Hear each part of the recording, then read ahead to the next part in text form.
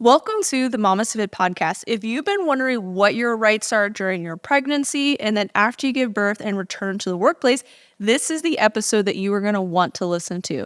We have Daphne Delvaux on the episode, who is known as the Mama Attorney, and she specializes in employment workplace rights. And she specifically specializes in pregnancy and in the postpartum. So if you've been wondering all about what your rights are during this time frame in the workplace, this is the episode for you. Welcome to the MamasteFit podcast. This is Gina, perinatal fitness trainer and birth doula. And I'm Roxanne, labor and delivery nurse and student midwife. And this is the MamasteFit podcast, where we empower you on your prenatal fitness, birth, and postpartum return to fitness journey. Our podcast shares how to move throughout your pregnancy to stay strong and comfortable, because pain is not a requirement of pregnancy. Understand the science of birth and how to approach recovery after birth. We share our personal experience as mothers navigating this stage in our lives, plus our professional expertise as birth workers and fitness professionals. Our goal is to help you feel confident as you navigate the perinatal timeframe for an empowering pregnancy, positive birth, and postpartum journey. We're glad to have you with us on this journey and that you have chosen us to support you. Before we dive into this week's episode, I want to share that my book, Training for Two, is now available for pre-order. Training for Two is all about how you can use your prenatal fitness to help support a strong pregnancy, a pain-free pregnancy, and also to help you prepare for birth. Our prenatal workouts have to be more than just a collection of pregnancy-safe exercises. We want them to be intentionally designed to help us stay strong throughout our pregnancy, pain-free, and then also to help us prepare for birth. In the book, we break down trimester by trimester lifting modifications so that you can continue to lift weights safely throughout your pregnancy, in addition to pelvic stability and core exercises to help you stay comfortable, and pelvic opening and pelvic floor relaxation exercises to help you prepare for birth. Training for Two comes out in September of 2024, and you can grab your copy in the notes below. Welcome to the MamasteFit podcast. In this episode, we have Daphne here, who is going to be sharing all about what your rights in the workplace are during your pregnancy and then after you give birth. So thanks so much for being here, Daphne. You're so welcome. I'm so happy to be here. Thank you for having me. This is going to be fun. I'm really excited. Just like we were chatting about before, I have been really wanting you to come onto the podcast. And so I'm so glad that you were really excited to also be on the podcast with us. Yeah. Oh, thank you. That's so sweet. Can you just introduce yourself to our listeners in case they're not familiar with you? Yes. So I'm Daphne Delvaux, the mom attorney, and I am a mom advocating for moms. So my expertise is in understanding and explaining maternity law. So specifically rights in the workplace when it comes to pregnancy, accommodations, pregnancy, discrimination, any parental leave, disability leave, bonding leave, related issues, and also returning to work, pumping, postpartum accommodations, anything that kind of is at the intersection of motherhood and the workplace that can feel tricky or where there's some tension or some challenge. That's where I live. That's where I try to help you so that you don't feel like you have to either forfeit your ambitions or have no time with your children or not take care of your health, right? That's not what we Absolutely. want. We want to find the middle way, which is very hard, but it is possible. So let's start with obviously there's a lot, but what are our rights when someone finds out that they're pregnant? Do they have to tell their workplace right away? Do they have to keep it a secret? I know some folks get nervous if they say that they're pregnant, that it could impact promotions or maybe they might get fired or things like that. So could we talk a little bit about what the general rights are when you're pregnant? Yeah, so let's talk about that. And I also see women wait a long time to announce their pregnancies because they want to make sure it's secure, because they want to protect their job. I usually advise people to announce their pregnancy early because unless your employer actually knows that you're pregnant, you cannot actually rely on any of the rights and protections that will support you during the time of pregnancy. So you cannot ask for accommodations if your boss doesn't know that you're pregnant. And it is true that women who are pregnant are discriminated against or treated adversely. But at least if your employer is pregnant, you can actually enforce your rights. But if your employer doesn't know you're pregnant and you're out of a job or you're written up because you had morning sickness and you were late, there's really nothing you can do. And also, often women don't want to announce their pregnancy because they're worried something might happen to the pregnancy.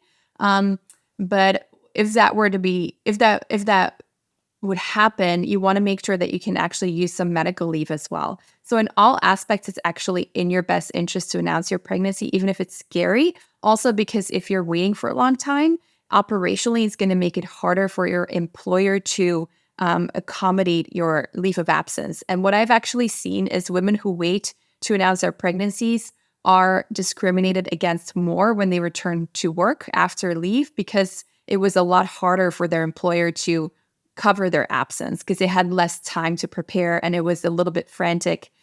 So generally, giving your employer a lot of notice so that they can plan ahead is going to be the best thing to do to protect your job.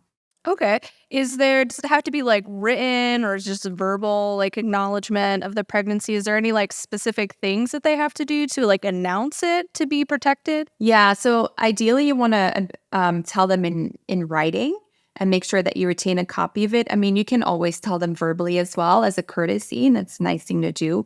But definitely make sure that you tell your employer in writing. And that's just because a lot of women who found themselves out of a job often they told them verbally, and then I asked them, like, what's your evidence? And they don't have any. And that makes it really hard to do anything about it.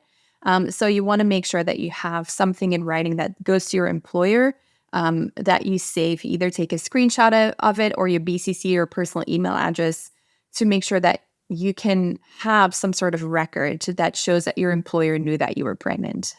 So you talked a little bit about like the importance of announcing early, and for one of the things is potentially if you do have like a pregnancy loss and being able to utilize some medical leave, I think is what you're saying. Could we talk a little bit more about your rights if you do unfortunately have a pregnancy loss? Yes. So it's a bit of a misconception that we don't have any rights when that happens. We hear that sometimes, like that there's no right. And that's because we're talking about the wrong leave type. And this is something I see a lot in the maternity space, is that we're really focused on kind of the wrong thing. So in the context of a loss of pregnancy, we would not ask for bereavement leave. We would ask for medical leave. It's considered a medical event legally. So if you ask for bereavement leave, you're asking for the wrong type of leave. And that's why a lot of women have to go back to work, because they're actually asking for the wrong thing. So as long as you qualify for a medical leave, you can go on a medical leave for something like that, often for quite a long time. And then your state rights are going to be different too. So medical leave is 12 weeks. That is going to be unpaid, but based on where you live, and some states do actually have benefit programs for this. In the state of California, where I live, you can actually take 4 months of paid leave after a pregnancy loss. And other states also have frameworks set up. Not all of them do. But there are some options that you can use. You can also rely on your accommodation rights under the Pregnant Workers Fairness Act to ask for example, like telework or remote work, just to kind of get you over some of the hardship that you just experienced. What we don't want women to do is rush back to work or hide it or pretend like it didn't happen and then experience all the pain and grief silently. And we want to make sure women know that this is actually a protected event in the workplace, and that we want to make sure that we don't suffer through that alone or, without asking for the help and support that we need. I had no idea that that was even an option. Like if you had a loss, that there was like these rights for you with that. Yeah. So that I think that's a really incredible thing for somebody who's in a grieving process and potentially a healing process as well, depending on when the pregnancy loss happened, to be able to have that time to heal and to grieve. So that's really great to know that that exists. Yeah, at all. people don't know this. And it's another reason why you want to announce your pregnancy, because if they don't know and something happens and you have a loss, often what I see women do is they then suddenly announce like, oh, I had this loss, but the boss didn't know that she was pregnant. Everyone's confused. So in all aspects, it's easier to announce it earlier, because then even if something happens to the pregnancy, at least there's kind of that foundation at work of like, okay, we know that you might at one point have to be absent. And that's why also when I work with my moms in my groups, I have them work on their leave plan the moment they get pregnant. So we don't wait until 8 months. Like we start right away on prepping for your leave, because you just never know like when you're actually going to go out of work. So these groups that you're talking about, is this like a virtual group that you like organize, or is it like in person, like consults with folks? So I currently have a membership program. That's usually where I work with women, and I've also represented women and also worked with women on a consultation basis. I've worked with women in a lot of different settings, but right now my main focus is through membership settings, so we can kind of offer the community aspect as well. It sounds like that would be like a really great option if somebody did have like a lot of questions on how to kind of navigate all these different rights as well. Because I'm sure it's more complicated than just announcing your pregnancy like via email. And then if something happened, like I'm sure there's more steps that someone would have to take to apply for medical leave or to prepare for Yeah. like maternity leave after birth. So this is a really cool resource. I think you just launched it recently Yeah, too. I relaunched it. I've run it a few times, but I launched it in a way I think is like the highest expression of what it can be. But it is true, it is complicated. And what makes it really complicated is one, that the rules are different depending on the state. So often when women are researching their rights, they're looking at the wrong state, or they're looking just at federal rights, which is kind of the minimum, but it doesn't really cover your situation, your individualized personal situation. So you're going to get some information that's incomplete, even in the handbook, which is usually just based on federal law, but not really state law. So women are a little bit misinformed generally, also because I see this in the motherhood space. We're not really accurately talking about these issues. I see there's a lot of outreach about what we don't have, but no coverage of what we do have. And as a result, women just assume they have no options, which results in a lot of them quitting or pushing through medical issues. And that's something I'm really trying to fight against, is kind of the misinformation that we're seeing, because it's really important that women feel empowered while they're going through this experience. And while we need more rights, it is not true that we have no rights. Like, we do have some options. They're not ideal, and sometimes it is hard. Like, it requires a process. It requires specific language, but it is possible. So usually the message that I see most frequently is that there's no federal maternity or paternity leave, or paid leave. And that's a pretty big deal to a lot of folks. Like, if you're relying on this income, like, it's really hard to not have any of that income as you recover after birth. And so some folks may be rushing back to work or like quitting their jobs because now they have to kind of navigate figuring out how to heal, and then childcare. And so there are some ways for folks to have leave after they give birth. Can we talk about some of those options that people have?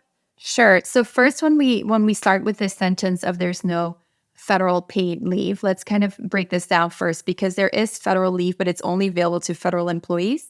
And then there are like 30% of Americans have access to leave through their state. And then we have another bulk that has access through their employer. So it's a little bit of just a mess, which is really hard to summarize in one sentence. And it is true that there is no federal benefit system that provides access to leave benefits to all Americans. Instead, we have some who have it and some who don't. And it's really frustrating because people don't really know where to look, what the right information is. And as we have created a database and a portal with all of this information specific to the state, so that you know what your rights are, because a woman in Massachusetts is going to have a very different experience than a woman in Alabama and a woman in California. Like, those are going to all be really, really different parenting experiences and postpartum experiences because of the state systems. But what we don't want to do is assume we have no rights or benefits, because we actually may. But it's just a matter of actually looking at what your state provides, as opposed to assuming that we have no rights and no benefit options. But it is true that still we're not at 100%, and we need to get to 100% of everyone having access to paid leave. If you do not have access to paid leave, you can also try to ask for leave through the Pregnant Workers Fairness Act. A lot of women I've worked with have been able to get a paid leave covered that way, or at the very least, get some sort of, when they feel like they can no longer afford unpaid leave, what I have them do is often go back to work, but work remotely, so that they're still close to their baby, and then at least they have some income, or go back to work, but part-time. So there are some options you can use within the accommodation context, but it's really a matter of really looking at the options that you have based on your job and your state and your particular situation. What we don't want to get into when we're looking at these very complex legal issues is that we're comparing ourselves to someone who is in an entirely different scenario. And when we look at maternity law, because it is so localized, what we don't want to do is focus on the options that are lacking at the federal level and assume that those apply to everyone in America. It's just a little bit more complicated. And again, it's so hard to make like generalized categorical statements about maternity leave in America because everyone kind of has a different experience. So that's another thing I'm trying to clarify and educate people on, is that while we have to fight for, and we advocate for paid leave for all, let's not forget about the options that are right in front of us that no one has ever told us about, that no one has ever taught us. I had no idea about the different options that were available. So when I was not working for myself as a self-employed person, I was in the Army and we had maternity leave for us because I was a federal employee. And so we had 12 weeks of paid maternity leave. My husband, who's still in the military, gets 12 weeks now of paternity leave. I think maternity leave is more as well now for they just the extended person that it. gives birth. They just expanded it this year, actually. And so I had like no awareness that not everybody got paid maternity leave after they gave birth. And it was like so sad to me to hear that some folks are going back to work like after a few days of giving birth or after like 2 or 3 weeks. And I was just like, I felt like my pelvic floor was still falling out of my body at that point. Like I couldn't imagine it's horrible. Like going back to work. Like, oh it's my an gosh. injustice what we're doing to moms, like sending them back to work so soon. And that separation between a mother and a baby is traumatic, like it's traumatic to both the baby and the mother to be separated that early. And that's really what fires me up. Like that's why my work lights me up, is I'm so devoted to preventing that early separation. I look at this work that I'm doing as preventing the generational trauma of separation between mother and child, and really keeping that bubble intact as long as possible, and always trying to find creative, strategic solutions that women just don't know they can use. Another one that women don't know they can use is that they can get maternity leave extensions for postpartum anxiety and postpartum depression. I had a mom message me yesterday that she took an 8-month paid leave because through working with me, because she didn't know, like no one knows that you can extend your leave when you have anxiety, which all postpartum moms do, I believe. I mean, how can you not? It's pretty common. How can you not when you're not supported, right? So when a woman experiences anxiety about returning to work, I'm always encouraging her to actually get an extension of her leave. And there's a way that you can do that too. So I'm so focused on just finding a way through the legal knowledge and prowess that I have to allow these moms to stay with their babies and also not lose their jobs and healthcare, because you need your healthcare, especially when you're postpartum. So it's tricky, right? Because we're going up against the people that pay us. It's really scary, and it's hard to ask for things that work, especially when what we're asking for is to not work. Like it's a very, very hard thing to do, and it just requires the art of advocacy. It requires strengthening that muscle of advocating for your body, for your health, and for your baby, which that is motherhood. It is advocacy. From the moment that you're pregnant, you're advocating for your body and your baby. And we have to keep practicing that. And it doesn't mean that it's easy, but it's vital. Like it's essential to our survival and to our health.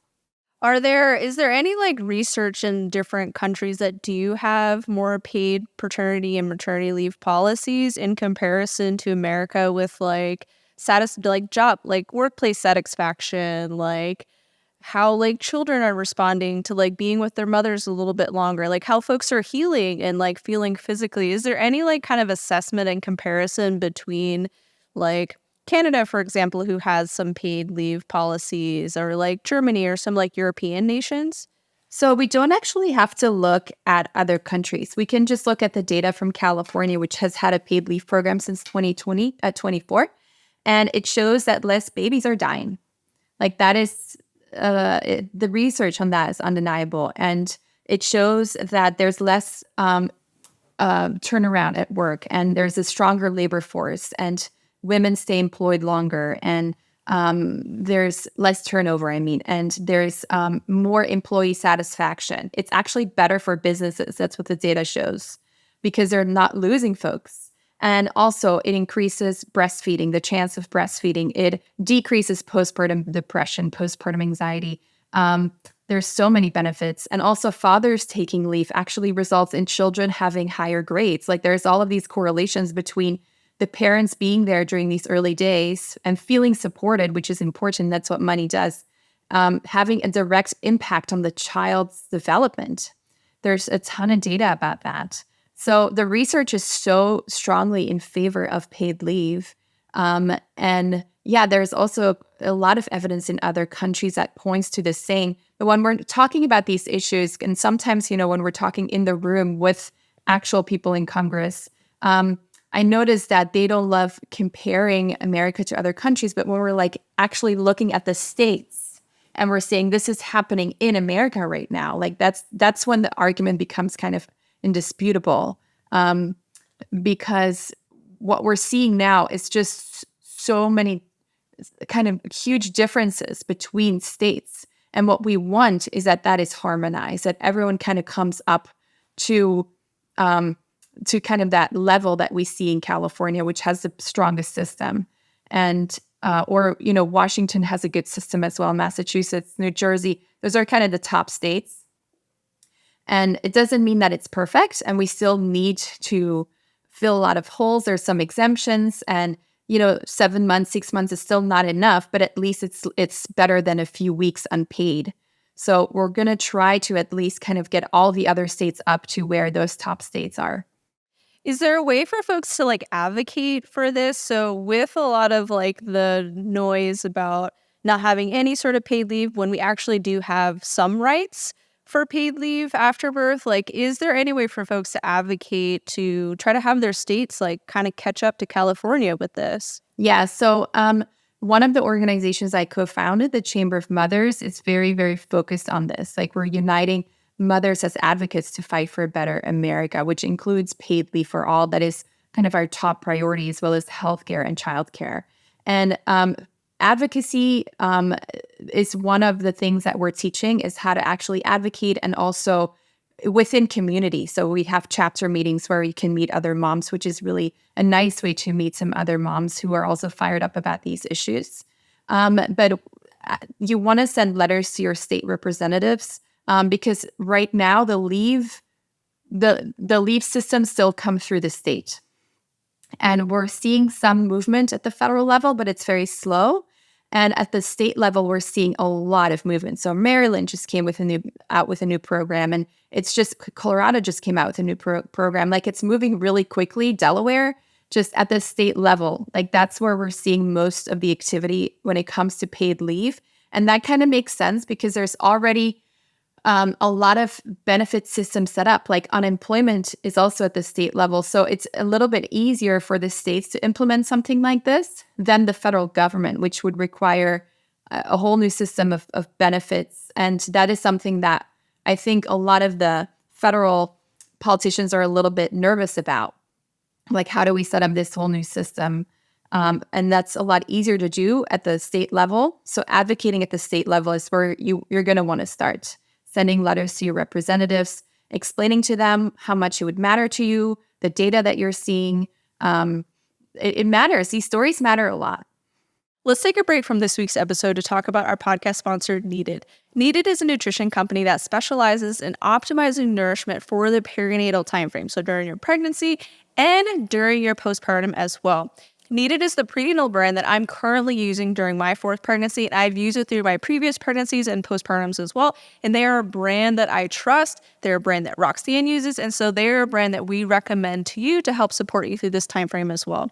During my first trimester, I was primarily using Needed's prenatal multivitamin powder in my smoothies because taking capsules was pretty challenging for me with all of the nausea. And then as I progressed in the second and almost to the 3rd trimester, I've been taking their prenatal multivitamin capsules. In addition to Needed's prenatal vitamin, they also have add-on supplements that you can take based on your individual needs. And so Roxanne additionally takes their iron supplement, while I also take their vitamin D and then omega-3s. I trust taking needed supplements throughout my pregnancy and the postpartum because I know how intentional they are in formulating their supplements in addition to the ingredients that they choose to use. And they do third-party testing to verify that what they say is in their products actually are.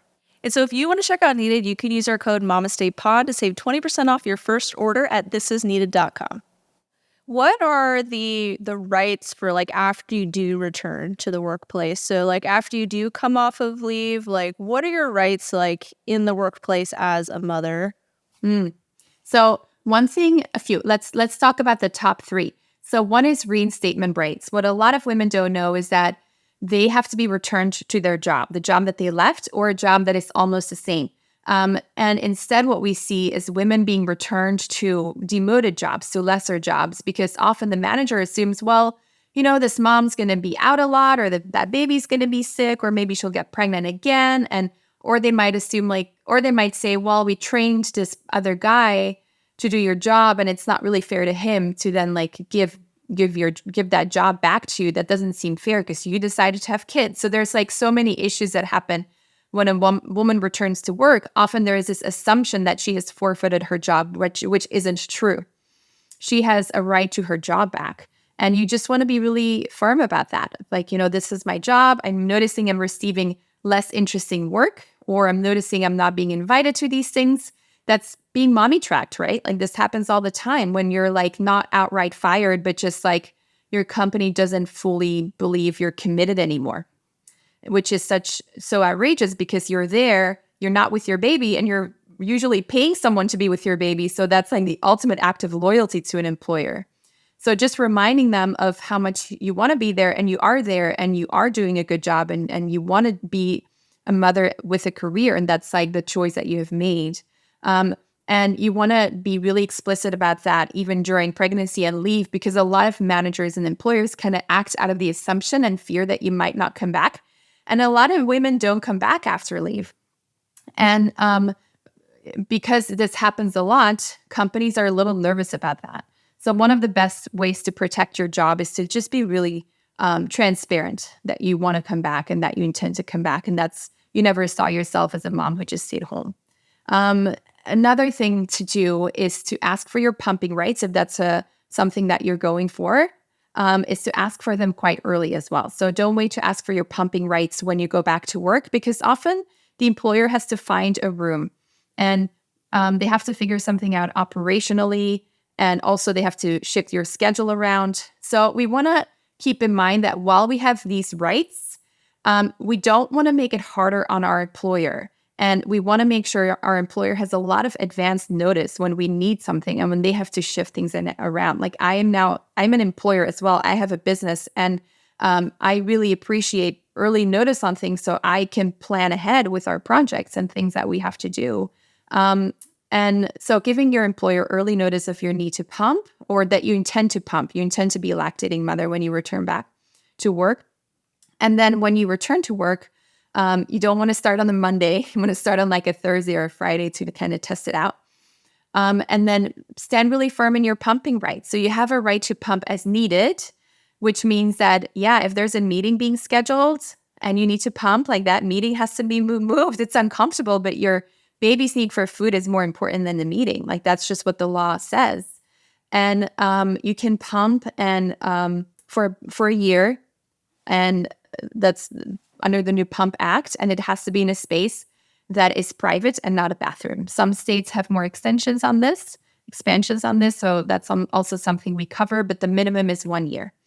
Another thing to be aware of is that when you return to work, often you'll still need some accommodations. You'll still need some help. You might get anxiety or depression. You might have a physical issue or a mental health issue. And then just to know that you still have postpartum accommodation rights as well, whether it's flexibility or telework or more time off or more time on projects. You can also use a Pregnant Workers Fairness Act for that, even for postpartum issues.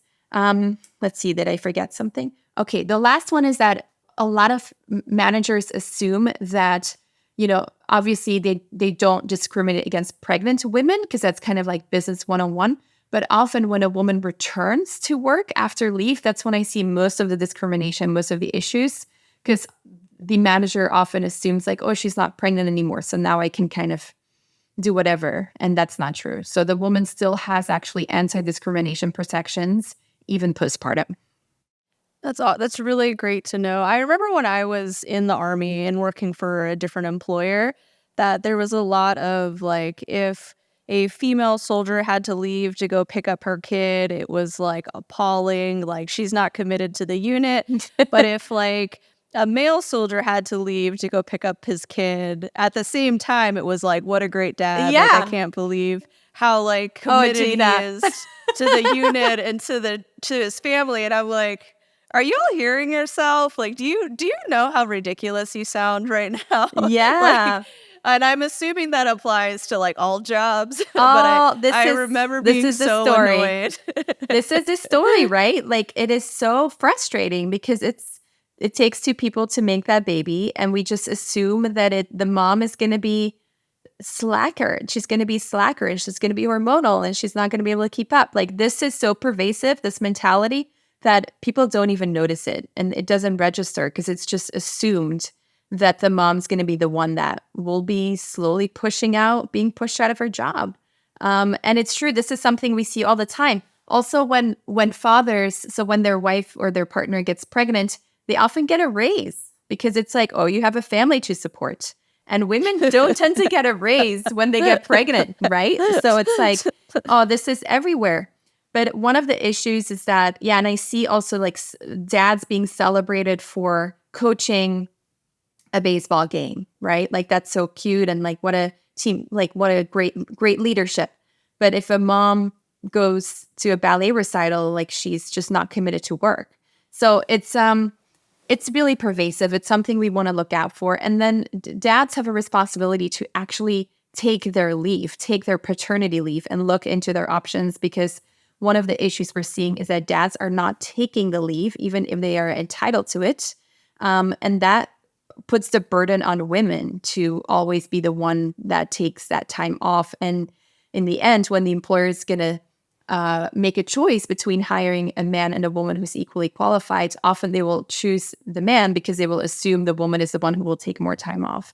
So the only way to reduce that burden is for men to take equal time off, or as much as possible. And when I work with couples, I actually have them set up their parental leave in a way that the father takes his leave when the mom returns to work, so that she feels, the baby's with a parent. I can kind of focus on this return, because it's very hard to return to work postpartum. It's really hard. And then also it reduces childcare costs, because you have the baby with a parent for an extended period of time. And some of the couples I work with are able to do this for like a year, where you have like one parent at home with the baby. So yeah, like you want to make sure you talk to your partner early. Also, like, not when you just gave birth, like when you get pregnant. That's when you want to sit down and look at what are your rights, what are your benefits, what are the policies that you have, how do we fit this together? And you just want to be ready. The more that you can have a roadmap, the better of an experience you're going to have. These are just not things you want to figure out while you are in the middle of a crisis. Yeah, like in labor is not the time to figure out. That's not the time to ask for your leave. It's a little late. It's a little late at that point. Yeah, exactly.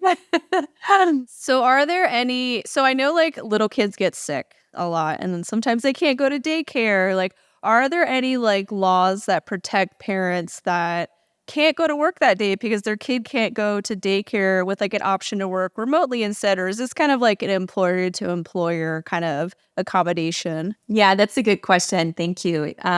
So we have rights like during and after pregnancy, more than usually people think. So pregnancy and postpartum is when we have like kind of this set of rights, and then they just kind of evaporate. I'll just be really honest about it.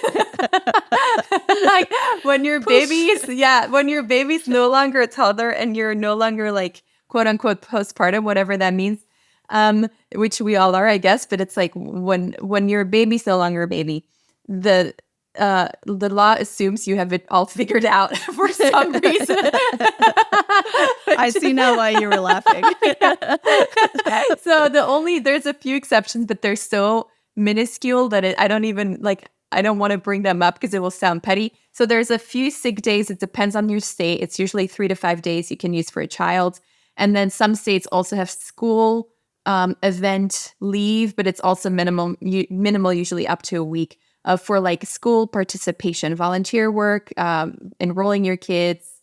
Some states have these on the books, not all of them. This is something we cover as well as like when your children get older. But we actually see moms. We see moms. The data shows us that the moms are leaving their jobs more when their kids are toddlers. Like that is the time that is really tricky because a toddler is still a baby, right? Like they still need mama. They still have a lot of needs, and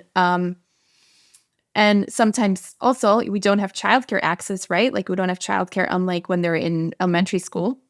So maybe the nanny calls out, maybe there's a daycare waiting list or a closure or whatever. And what are you going to do? Because we don't actually have childcare accommodation rights. A lot of moms call me because they got fired because they told their boss, yeah, I had an issue with childcare. I was on this waiting list and I thought I would get a spot and I didn't, something like that.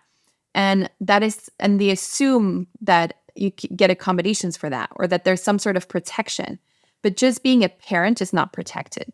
So what is protected is the physical experience and the mental experience of pregnancy and postpartum, but not just having kids in and of itself is not a protection. So we don't actually want to ask for childcare accommodation because it doesn't exist. It is a pending bill in California, but I don't think if we'll ever see that pass because it's going to be a tough fight. But just something to be aware of is that the issue of like childcare in the workplace, you want to kind of be a little bit discreet about that. So having like 8 different backup plans in case.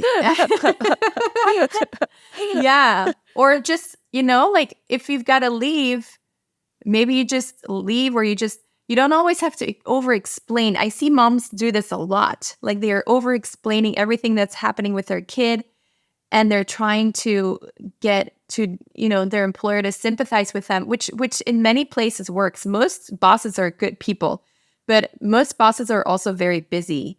And some bosses are busy and not really good people. And a story like that may not actually land well with them. And this is in the end a place where you get paid to provide labor. And when that bargain is at issue, like when there's a question about like, can she actually provide this labor because she's having a lot of childcare issues, the boss is going to get a little nervous. So it's just something you want to keep in mind in terms of like the value we are providing here is labor in exchange for money. So we just want to be mindful of like, if we do need time off accommodations or schedule shifts, we don't need to over-explain. Like we can just, people do this all the time. Like they're just going to ask for time off or ask for a shift to their schedule. And the easiest and the best way to do that is based on any accommodation rights that you actually have. So for example, if you're having childcare issues and you're stressed out, it is safer to ask for a stress leave or for accommodations for stress because that is based on your own rights that you actually have. So there's just a lot of little nuances like that people don't know. And if you're not mindful, you can really put your job at risk. That's really unfortunate that there's like nothing for childcare rights, which I mean, I guess in one hand makes sense. Like we have a remote employee that comes once a week to work with us in person, and she's had some issues with her nanny. She's the one that kind of reviews our podcast, so she'll hear me talking about this. But she's had some issues with her nanny, like occasionally where like something just comes up and she doesn't have the childcare, and it's like, all right, well, I guess we'll just work remote today. But that's something that we've worked out like with her because she's our employee and this setup works really well for us. And so it seems like part of it will be like having something set up with your employer if there's issues, but knowing that you have to ask for like things in a specific way if you want like certain rights to be protected. Like it's not right. Like my baby has an issue, it's I am the one who had an issue. I think you did a post about I did a post about that because people make that mistake all day long. And it's like, your baby doesn't work there. Your baby doesn't go to work with a little briefcase and a tiny suit. It would be adorable, but your baby doesn't have a job. You have the job, so you're the one with the right. So if you're asking for accommodation rights or time off rights, it has to be based on your experience. It cannot be based on your baby. So, and this is, again, it's frustrating, right? That we have to worry about these things. And this is a lot of the feedback I receive when I do my thing, and my whole spiel is like, oh, it shouldn't be this hard. And I'm like, I know. I would rather do so many other things. I could be hanging out with my kid. I could be on a jet ski right now. Like, I really wish, I wish that I wouldn't have to do this. But here we are. It's like we do what we can. And it is so nuanced and so specific and so important. But the law is it's like that. Like, it is so rigid and technical, and you have to say things in a very, very peculiar, specific way, or you don't protect yourself. And that's what I'm here to teach you. So even if it's frustrating and annoying, it's still possible. And there's a way to do it where I just give you the language and you don't worry about it. You just go on with your life, hang out with your baby, and go on a jet ski.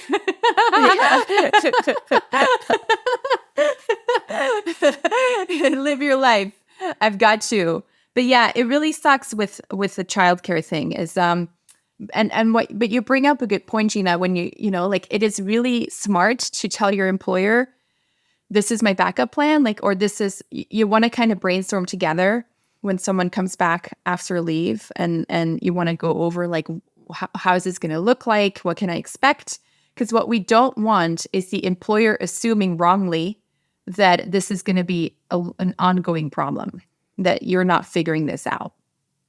Because in the end, the employer is legally entitled to your full dedication and devotion and attention and commitment during the working hours that you've set. Absolutely.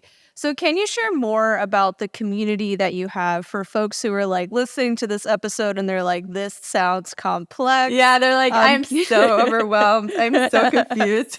Like, welcome. So being confused is actually the right response to this, because it means that you're not in denial. It means that you're paying attention. Don't expect to have the same level of expertise as an employment lawyer like me, who's been doing this for 14 years. Like, this is what I breathe every day.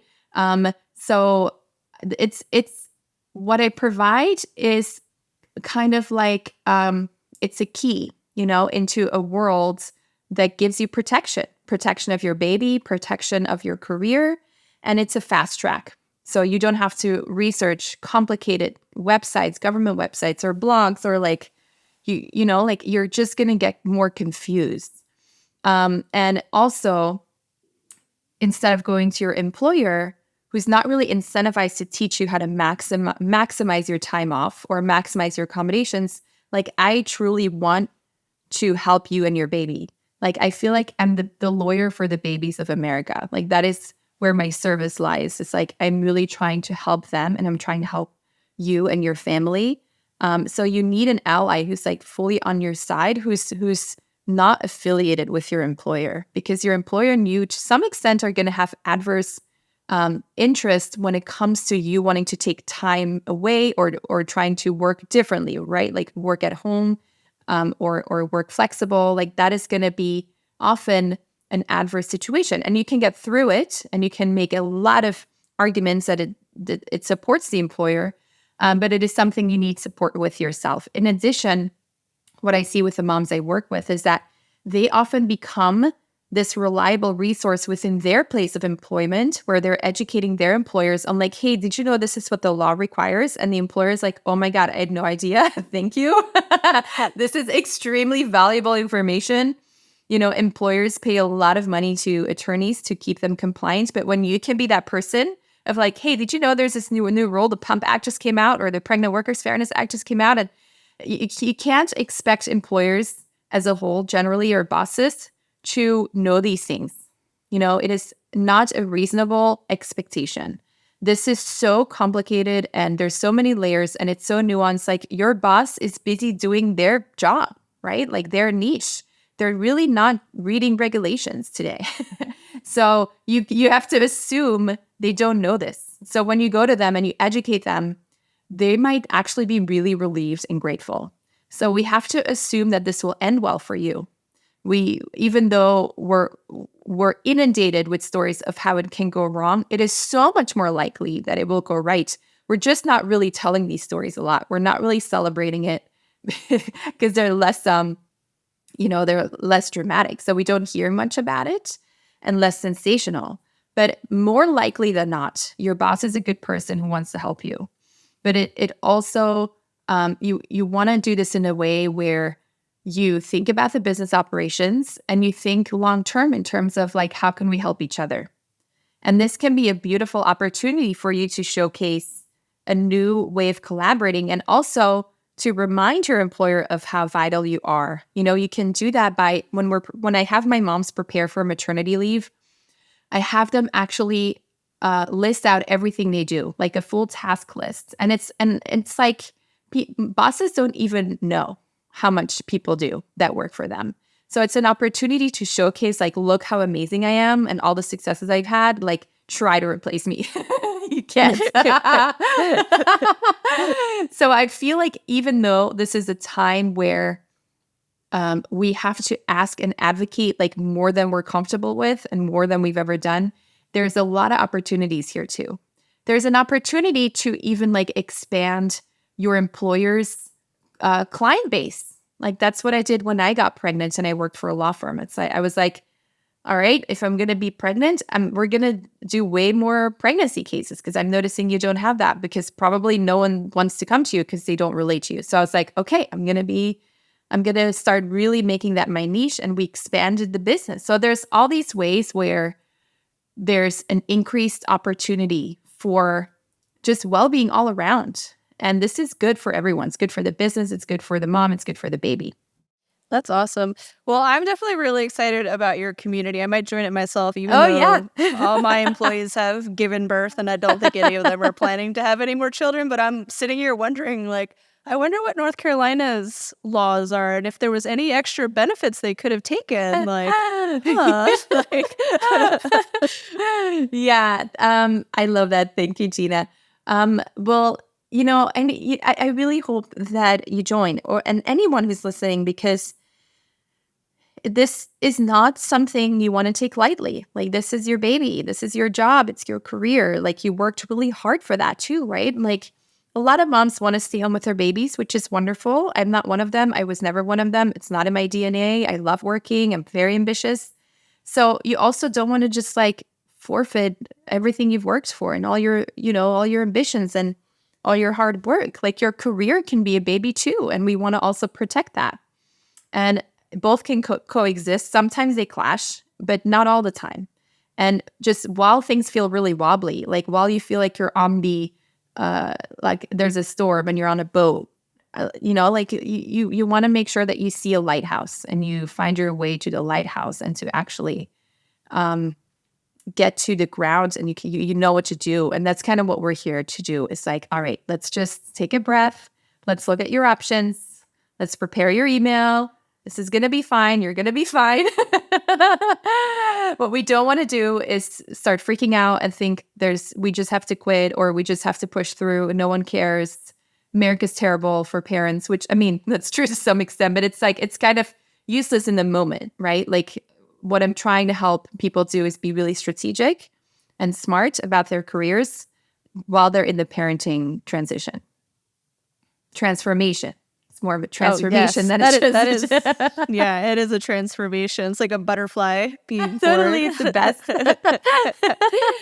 Well, thank you so much, Daphne, for coming on the podcast to share just a piece of your expertise. And I really hope folks that are wanting to continue working after they have babies take advantage of your community, because it sounds like such a resource to help them navigate what their rights are during their pregnancy, after they give birth, for both them and for their partner. So thank you again for coming on the podcast. You're so welcome. And next time we'll go jet skiing together.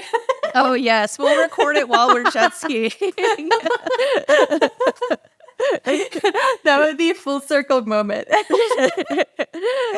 So thank you again for joining us. Yeah. Thanks, everyone. Nice to meet you. Hope to see you. Thank you so much for listening to the MamasteFit podcast. Hopefully this episode gave you some information on what your rights are during your pregnancy and in the postpartum in the workplace.